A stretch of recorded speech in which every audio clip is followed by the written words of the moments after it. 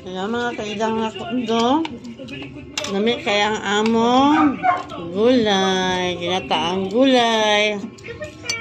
Ulam namin ngayon. Kain tayo. Kami, May? Si May yung nagluto nito. Matapos ang mahabang paliwanag at umiling pumayag si Thomas na sumama sa walang habas na plano ni Johnny. Ang sarap. Kapila ng pagiging purong twende, Wala ang diet namin. panatawa. Tinun-onda yan. Malapit ang tatlo. Bumuo ng tatlong pagkakaibigan. Minsan dalawa lang. Sarap. Ay, dapat sayo-sayo daw mga tumaya. Yes. Kain muna tayo. Pagkatapos natin, dito, maligo na tayo. Para punta na tayo. Para kuan sa lain diri. Masagpo pa man dito, masagpo pa man ta.